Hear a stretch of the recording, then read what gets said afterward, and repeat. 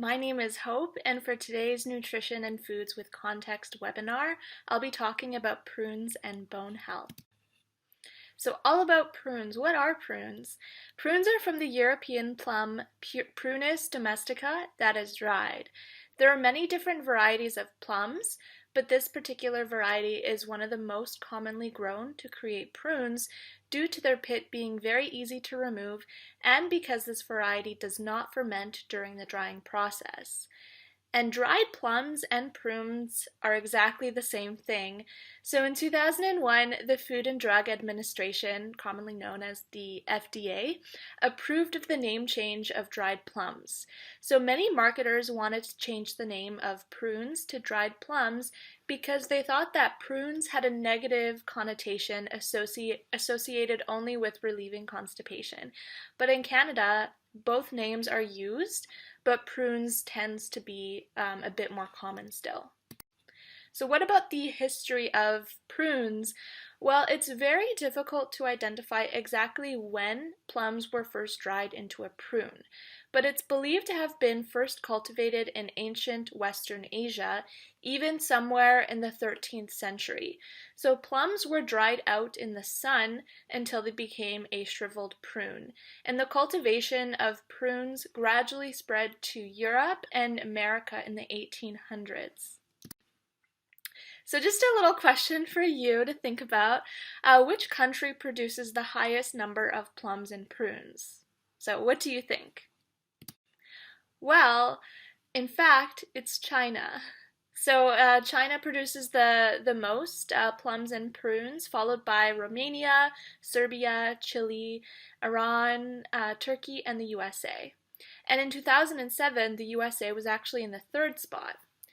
So although Canada isn't on this list, we still do produce some plums and prunes, and this takes place mostly in Ontario. So how are prunes made? Well, plum crops need a dry and warm growing season, and they tend to bloom around early March in southern locations and mid-March in northern locations. So prune trees are spaced 16 to 20 feet apart to provide efficient space for the large mechanical harvesters. So the plums are put into large bins, they're washed, loaded onto the trays, stacked, and moved into drying tunnels using a gas dehydrator. So plums are usually dried into prunes in about 18 to 22 hours. So are prunes, plums sustainable? Well, to create 1 ton of fresh plums, you require approximately 11 liters of diesel fuel, 3 kilograms of nitrogen, 0.66 kilograms of phosphorus, 0.66 liters of pesticides, almost 3 kilograms of micronutrients, 133 kilograms of manure, and 72 meters cubed of irrigation water. However, if you're turning the plums into prunes, then you need to add 50 meters cubed of natural gas for the drying process, as well as 7.5 kilowatt hours of electricity. So I just said a bunch of numbers. What does this mean and how does it compare to other fruit? So if you compare plums with other fruit, you can see that nectarines actually have the lowest carbon footprint, followed closely by plums as a close second. But compared to apricots, pears, apples, kiwis, plums are more environmentally sustainable and have the lowest carbon footprint. So what about the cost of prunes? Prunes are actually available at almost all grocery stores and even at some dollar stores if you're on a budget. In general, prunes are very affordable, which makes this product fairly accessible. However, different brands may have very different prices, as you can see from brand 1 compared to brand 2 and 3. But overall, the average cost of prunes is $1.15 per 100 grams, which can be affordable for most people. So what about the nutritional profile of prunes? Well, if you eat about 7 prunes, you will get 14% of your daily fiber requirement, 17% of your daily potassium requirement, and 6% of your iron requirement, and 1% of your calcium requirement. So fiber is really good for your digestion and keeping your bowel movements regular, and it reduces constipation. And potassium helps to maintain normal levels of fluid inside of our cells, helps our muscles to contract, supports normal blood pressure, and helps with bone health. So for iron, our body uses iron to make hemoglobin, which is a protein in red blood cells that helps to carry oxygen to all parts of our body. And calcium is needed to build and maintain strong bones. And although it's not listed on the nutritional facts table, prunes also contain a lot of vitamin K, and vitamin K is needed to help make proteins that are for blood clotting and building bones. There's also magnesium in prunes, and magnesium helps to regulate muscle and nerve function, blood pressure, and also helps with bone health. And there's also phosphorus, and your body needs phosphorus to carry out chemical processes and to produce DNA and RNA.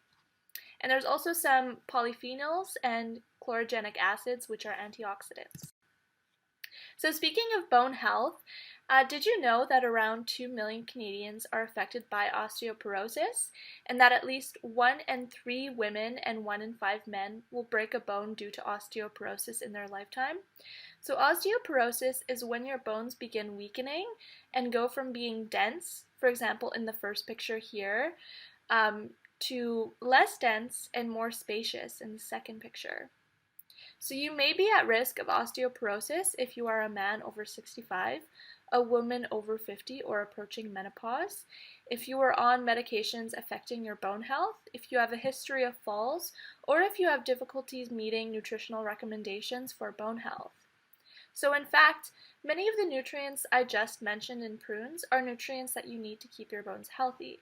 So the general nutrition recommendations for bone health include aiming for 1,200 milligrams of calcium from food and supplements, 800 to 2,000 international units of vitamin D, 2.4 micrograms of vitamin B12, and eating at least 7 servings of fruits and vegetables for potassium, magnesium, and vitamin K. So eating prunes can fit into the last recommendation, and as I mentioned before, they do contain potassium, magnesium, and vitamin K. So what does the science say? So there has been some industry research on prunes and bone health, and researchers found that consuming 14 prunes every day for 1 year, or 12 months, can reduce bone breakdown in older men. And they had 66 men aged 50 to 79 in the study, and they had many different scans and measurements of the participants.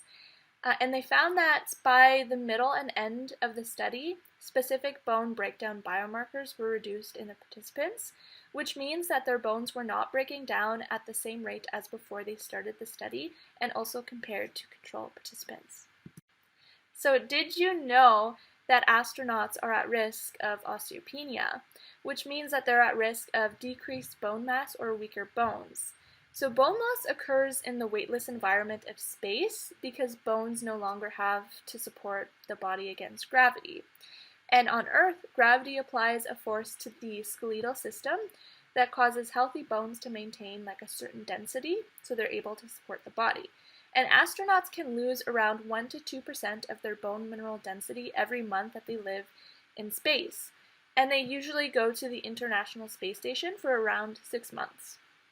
And the best way to build bone mass is by doing weight-bearing exercises like walking, jogging, and lifting weights. But it's very difficult to do that in microgravity, but they do have specialized equipment on the station to help them do these exercises. And in fact, it's recommended that people at risk of osteoporosis be physically active by doing strength training at least twice per week, balance exercises every day, and aerobic exercises like walking, running, or cycling at least 150 minutes every week. So just another little question for you. Can you name 2 nutrients in prunes that contribute to bone health, if you remember? Moving on, I just want to talk about a fun, easy way to incorporate prunes into your diet. So I created this easy prune powerball recipe. So this recipe, you might even have most of these ingredients in your pantry. It requires a food processor and only takes about 5 minutes to make. And this recipe makes 13 powerful energy balls and ends up costing only 29 cents per energy ball. So you'll need all of these ingredients, and these are the measurements. And also, I'm going to show a quick video of how to prepare these balls. So let's watch the video now.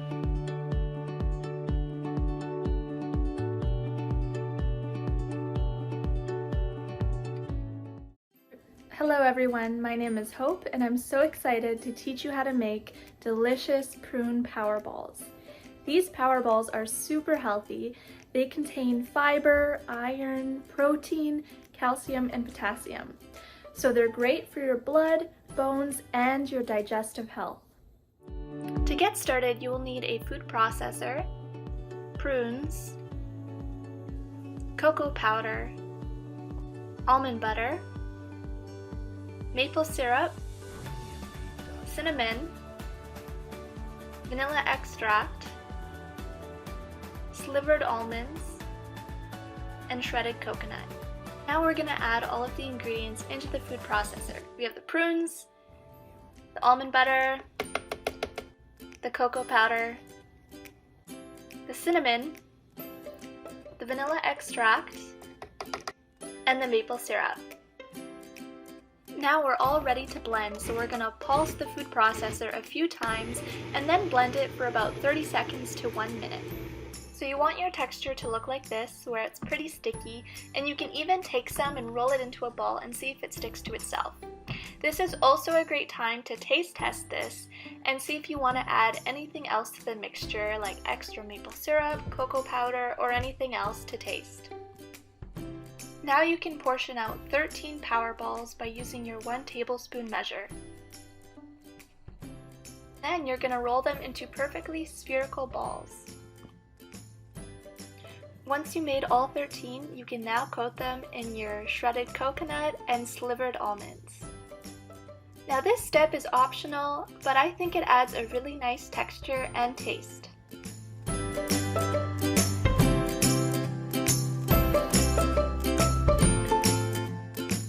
Now it's time to put them in the freezer for up to 1 hour to firm up.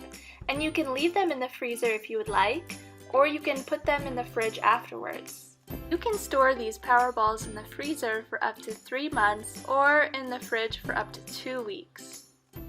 This snack is nice and cold and super easy to make, and it's packed with energy and nutrients, and I hope you'll love it. Okay, let's talk about the nutritional information of those prune power balls.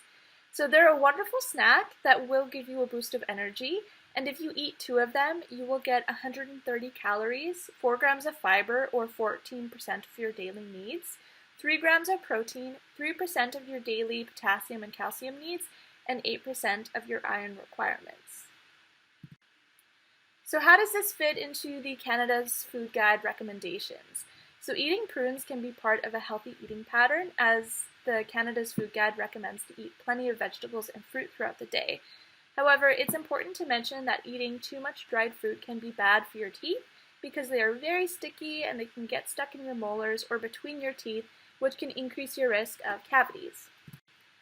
So one way to prevent this is to make sure you floss and brush your teeth after eating any dried fruit, including prunes.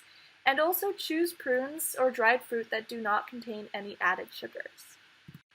So if you want to learn more, specifically about osteoporosis, you can check out the website osteoporosis.ca. And if you want to have more information about prunes and other dried fruit, you can visit unlockfood.ca. And if you want some more recipe ideas, you can make fun things using prunes like granola bars, caramel sauce, even chili sauce. And you can find more recipes at the link below at californiaprunes.org/recipes. Thank you so much for watching this video, and I can't wait to see what you create.